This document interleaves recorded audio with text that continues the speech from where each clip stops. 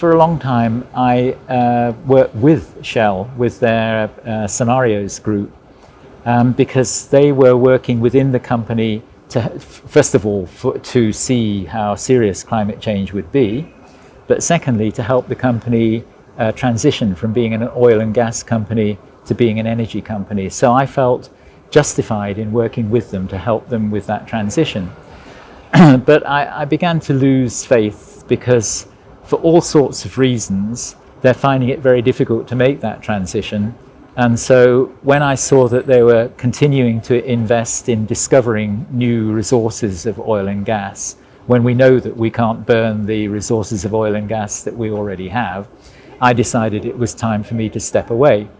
And so with the museum, who were still accepting oil and gas company sponsorship, I said to them, well, you know, if in public I'm asked about this, whereas in the past I've justified it, from now onwards I'm afraid I won't be able to justify it. And so they said, okay, you know, we can live with that. But then some students came to me and said, honestly, Chris, how can you justify this position? And I thought about it and I said to the museum, I can't.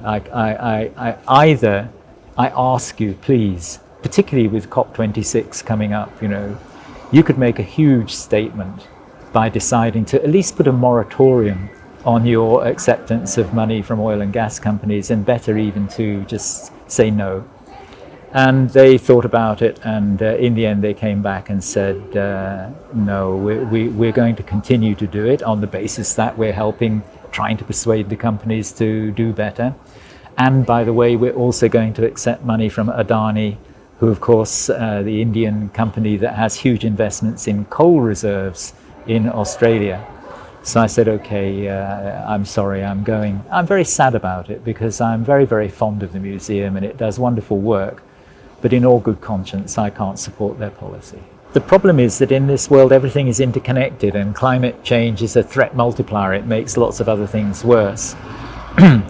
And so there is no single magic bullet, there is no single solution. We have to do lots and lots of things simultaneously, which means that every little thing that is done, you know, that makes the future better than it might otherwise be, is valuable, even if it might only seem a very small thing. So all of these things add up. So in terms of technology, you know, there is lots of technology that we're not deploying it rapidly enough. So the financial world needs to become more engaged in helping us roll out the technologies that we have. But in the end, the whole point of my talk yesterday was that technology will not be enough. We have to get inside people's heads. We have to change the way people behave, their expectations, and their feeling of responsibility. But what we see is that society is not heading in a very safe direction, and that the voice of science needs to be louder to help policymakers make the right decisions. Many people in society who feel that government regulation imposes on their lives in a way that they object to. They say, I want to be free, you know, how dare you tell me I can or can't do this? But what they don't accept or don't acknowledge is that freedom is one side of the coin. The other side of the coin is responsibility. In terms of climate change, many of the things that we do, excessive consumerism, you know, flying on aircraft more than is necessary, all sorts of things we do in our private lives, in our professional lives, and also in our political lives, voting for parties that don't take climate change seriously, are arguably irresponsible given the problem that we know that we're facing. It's real, it's happening now, it's us. It's dangerous. We look around us and we see what's happening, the floods, the fires and so on. You know, the science community has been saying this for years, but the media are giving these messages now. The planet is sending these alarm signals, but most people are too busy. Why should they be experts on the science? You know, there are subjects. I don't know anything about opera. A lot of people would regard me as an educated person as having failed not to know about opera. But you know what, I'm busy, I don't really need to know much about opera. It would be nice if I did, but I don't have the time. And lots of other people know a lot about opera, but they don't have time to find out about climate change. So as long as they accept that it's an issue, a serious issue, and that there are things that we can all do, we can all have an adult conversation and figure out how we contribute, even, you know, tiny little things, then I think that's all that people need to know. But they will then ask the question, but what can I do? And this is where my talk yesterday says, we need to help you find your agency, your ability to identify that one thing that you really could do genuinely on a daily basis, or starting now, that will begin to make a difference and will take you on a journey to where you do more and more. I've never been entirely convinced by the message, which has been very strong in the past, that the people in the world who will most suffer from climate change are the world's poor, because they have less resilience, less resource to be able to manage the impacts, of drought, flooding, and what have you. And of course, the tragedy is that they have contributed to the problem the least. They have not been pumping carbon dioxide into the atmosphere. It's the rich people that have been doing that. I've never been entirely convinced. It's certainly true that, as I speak now in Pakistan, a third of the country is flooded, 30 million people have been affected, most of them are poor, most of them have little resource to be able to manage the disaster that they're confronted with. So it is true that poor people around the world are definitely being affected.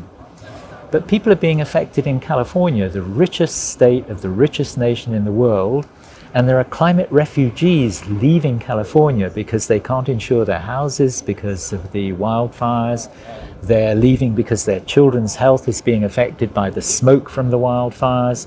There is a water shortage which is so severe that Los Angeles and major cities may find it very, very hard to deliver water for people to drink and for industry to use. So it's simply not true that the rich will escape the consequences. The rich will feel the consequences as well.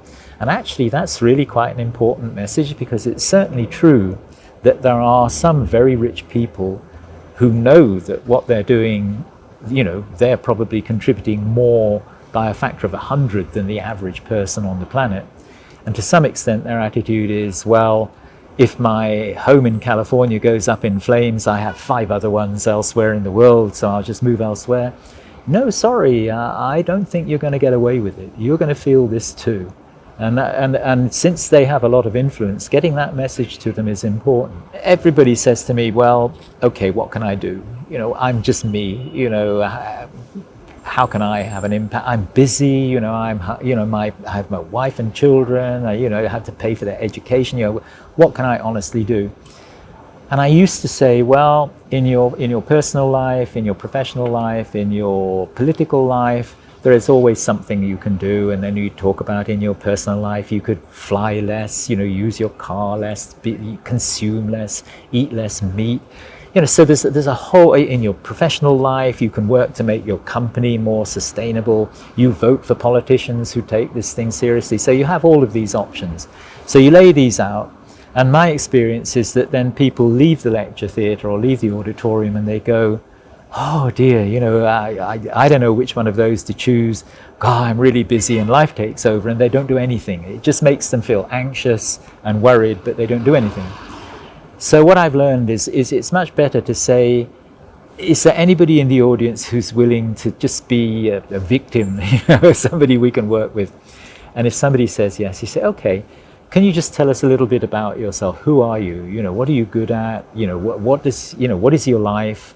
Where do you work? Are you part of a social group? Who do you work with? And let's see if we can find one small thing that you could do later today or maybe tomorrow that is really practical. And so it might be, well, I could just call my friends, maybe my family, maybe my neighbors, and we could sit and have a drink and a meal, and we could just talk about climate change and figure out, is there some way that we collectively could live a little less heavily on the planet? Anybody could do that. I have a colleague who's set himself a target that every day he will have a conversation with some unsuspecting person about climate change and just get the conversation going. Anybody can do that. We all have a voice. I have to say that the day he told me that, I was traveling back on a crowded train with all of the other people crushed next to me, and I thought, shall I have a conversation with them about climate change? And they're all tired, it's the end of the day, and I thought, no, it's not fair to have a climate change conversation with them, but I could have done. So what I say to people in these audiences now is just find that first really simple thing you could do. I don't know, decide no longer to drink bottled water if your tap water is safe, or perhaps just reduce the amount of meat you eat. I know that you will feel that, well, is this really going to make a difference? Yes, because it'll make a difference to you, and you will make a difference to other people, and gradually that will make a difference across the world. So that would be my message. I wrote a play with a playwright 8-9 years ago, and we thought, what should we about climate change? It's a very, very simple. It's a fireside chat. It's me taking my jacket off, and not as a climate scientist per se, but as a human being who happens to know a lot about climate science, just talking to people to explain, how I got where I did, what I understand are the issues of climate science, how I think we should tackle it, where we should go. And we called it 2071, the year 2071. And the reason we did that is that my granddaughter, Josie, who's here with us, was 10 years old then. And in 2071, she will be the age that I was when I wrote the play.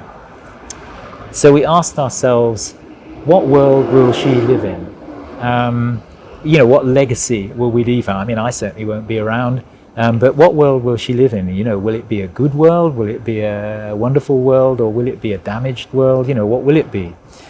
And so my dream would be that she lives in a world which is at least as good as the one that we're living in now, and hopefully 10 times better. So that would be my dream.